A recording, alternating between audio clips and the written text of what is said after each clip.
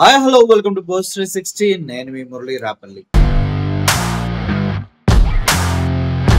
రాజ్యాంగం ఏదో మనం ఇంకా రాజ్యాంగబద్ధమైన జీవితాలే రాజ్యాంగానికి అనుగుణంగానే మనం బ్రతుకుతున్నామన్న భ్రమలో ఉంటే మనం పప్పులో కాలేసినట్టే భయ.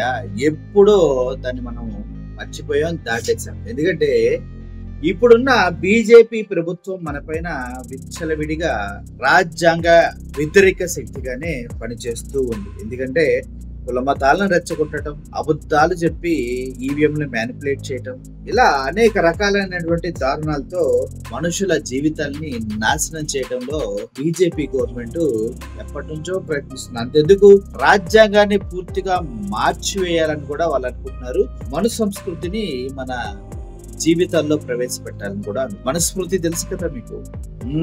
అంటరానితనం, 4 వర్ణాల్లో కాళ్ళ నుంచి, నడుము నుంచి, ముడ్డు నుంచి, నెత్తి నుంచి ఎవడెవడో పుట్టేస్తాడు. వాడిని కొంతమందిని వీళ్ళు నెత్తి మీదకి ఎత్తుకుని మన జీవితాలతో ఆడుకుంటా ఉంటారు. అందుట్లో శూద్రులు అంటే మరి పాపం కాళ్ళలోంచి పుడతారు, హీనులు, వాళ్ళ పక్కన కూర్చోకూడదు, దూరంగా ఉండాలి. వాళ్ళ భార్యల్ని వేపనలు ఇష్టం వచ్చినట్టుగా వాడుకోవచ్చు. వేపనం ఎవరిని వాడుకోవచ్చు. రాజులు కూడా చివరికి వేపనాలు కాళ్ళ దగ్గరికి వెళ్ళి తలకిందులుగా తపస్సు చేయాలి. ఇప్పుడు చేస్తున్నారు అనుకోండి, మోడీ చేసేది అదే. ఏమైనా కనిపించగానే ఓకి వంగి దండాలు పెడుతున్నట్టు ఇక్కడ సెంట్రల్ గవర్నమెంట్ లో మోడీ వంతైతే మన స్టేట్ గవర్నమెంట్ లో మన సారు పవనాల్ సారు వంతైపోయింది. ఇటువంటి దాష్టికమైన, దరిద్రమైన, చెత్త చెదారంతో కూడినటువంటి సమాజాన్ని నిర్మించడం కోసం ఆర్ఎస్ఎస్, అదేవిధంగా బీజేపీ వీళ్ళన్నీ కలిసి చాలా ట్రై చేస్తా ఉన్నాయి. సో ఇలా ట్రై చేస్తూ ఉన్న క్రమంలోనే నాకు ఈరోజు ఒక పోస్ట్ కనిపించింది. వీడిని ఏ చెప్పుతో కొట్టాలా నాకు అర్థం కాదు. No power on earth can erase secularism. భూమిపైన ఉన్నటువంటి సెక్యులరిజం అనే ఒక దాన్ని ఏ శక్తి నిర్మూలించలేదు అంటే నేను పాజిటివ్ చెప్తున్నాడులే అనుకున్నా. కానీ ఈడు పాజిటివ్ చెప్పట్లా. మళ్ళీ యూనియన్ మినిస్టర్ వీడు శివరాజ్ సింగ్ చౌహాన్ యూనియన్ మినిస్టర్, ఈడికే రాజ్యాంగబద్ధమైన జీవితం ఏంటో తెలియదు. వయసు కిందకి చాలా ఏజ్ వచ్చింది, అయినా కూడా ఇటువంటి దరిద్రమైన మాటలు మాట్లాడుతూ ఉంటారు. ఇంత ముందు ఎవరైనా బొట్టు పెట్టుకుంటే హిందువులు తమ్ముడు భలే ఉన్నాడే, అన్న భలే ఉన్నాడే, బాబాయ్ భలే ఉన్నాడే అనిపించేది. ఇప్పుడు ఏ మతతత్వవాదు, ఏ దేని నుంచి దేనికి వెళ్తాడో, ఎవరి గురించి తిడతాడో, ఏ మతం గురించి అసహ్యంగా మాట్లాడతాడో అన్న స్థితికి తీసుకెళ్లారు మనల్ని. ఇది ఈయన కూడా అంతే. Secularism is not a core value of our culture. Secularism అనేది మన కల్చర్ కి కోర్ వాల్యూ కాదు అంటూ శివరాజ్ సింగ్ చౌహాన్ గారు, ఈయన యూనియన్ మినిస్టర్, ఈయనకే గురుమూర్తి మన తిరుపతి ఎంపీ మన మోడరేట్ల గురించి లెటర్ రాశాడు ఈ వేస్ట్ గాడికి. And secularism is not a core value of our culture and it's time to reconsider whether it should remain in the constitution అంట. సెక్యులరిజం అనేది కాన్స్టిట్యూషన్ లో ఉండాలా లేదా అని మనం పునరాలోచించుకోవాలి. దీనికి సంబంధించి ఆల్రెడీ ఇంతకుముందే సెక్యులర్ అనే పదాన్ని రాజ్యాంగం నుంచి తొలగించాలి అన్నట్టు సో కాల్డ్ బీజేపీ వాళ్ళు కొంతమంది సుప్రీంకోర్టులో పిటిషన్ కూడా వేయటం జరిగింది. దానికి సుప్రీంకోర్టు వ్యతిరేకంగా మీ ఎవట్రా సెక్యులరిజం తీసేయమంటానికి హెర్రి పప్పల్లా ఉన్నారు కదా అంటూ పక్కకు తోసేయటం కూడా జరిగింది. సెక్యులరిజాన్ని తీసేయాలంట.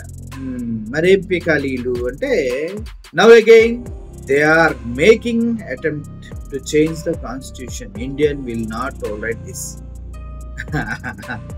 ఎవడొప్పుకుంటాడు భయ్యా?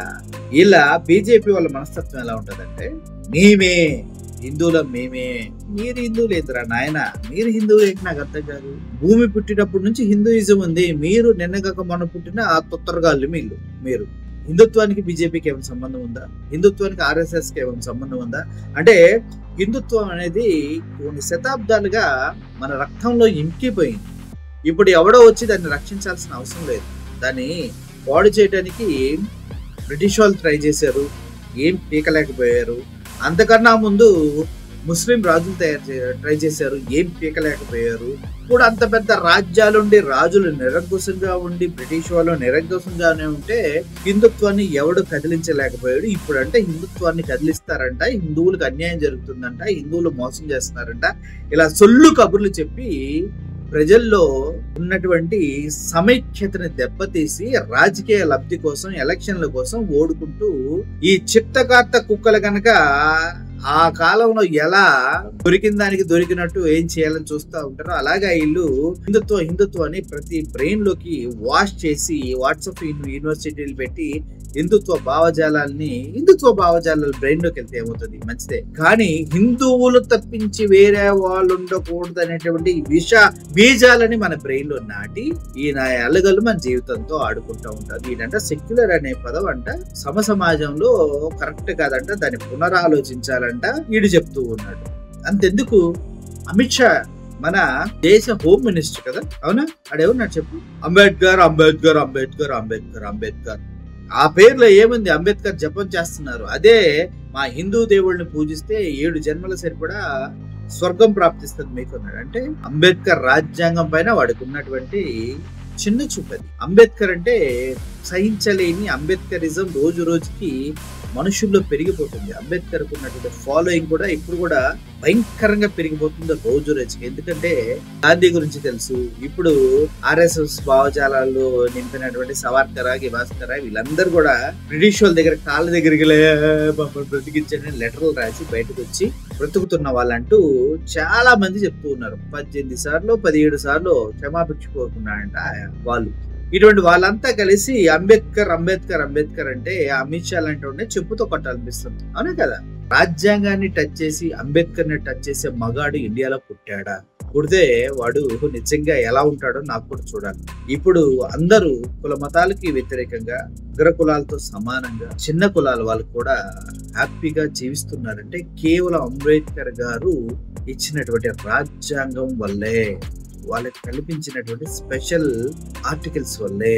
ఫ్రీడమ్ ఆఫ్ స్పీచ్ అయినా కూడా, సెక్యులరిజం అయినా కూడా, ఇవన్నీ కూడా కావాలని సమాజ నిర్మాణానికి ఇది కావాలి. లేదంటే మళ్ళీ జాతులు ఆధిపత్య పోరుతో కొట్టుకుని అల్లాడిపోయి చచ్చిపోతాయి అనేసి ఆయన పెట్టాడు. ఇప్పుడు ఈ గొట్టంగాలు వచ్చి గొట్టాలు ఊపితే అయితే ఏంటి?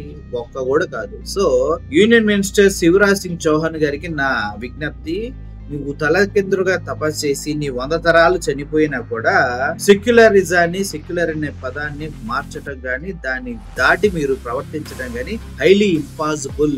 రాజ్యాంగాన్ని టచ్ చేసే దమ్ము మీకుంటే దాన్ని ఎలా తిరిగి నిర్మించుకోవాలో అనే దమ్ము ప్రతి ఒక్క భారతీయుడికుందని సవినయంగా మీకు మనవి చేసుకుంటూ, ఇంకోసారి ఇటువంటి పిచ్చి ప్రేలాపాలను పేలకుండా మనిషిలాగా ఆలోచించాలని కోరుకుంటూ సెలవు తీసుకుంటున్నాను. Thank you for watching. Murali signing off. Thank you so much.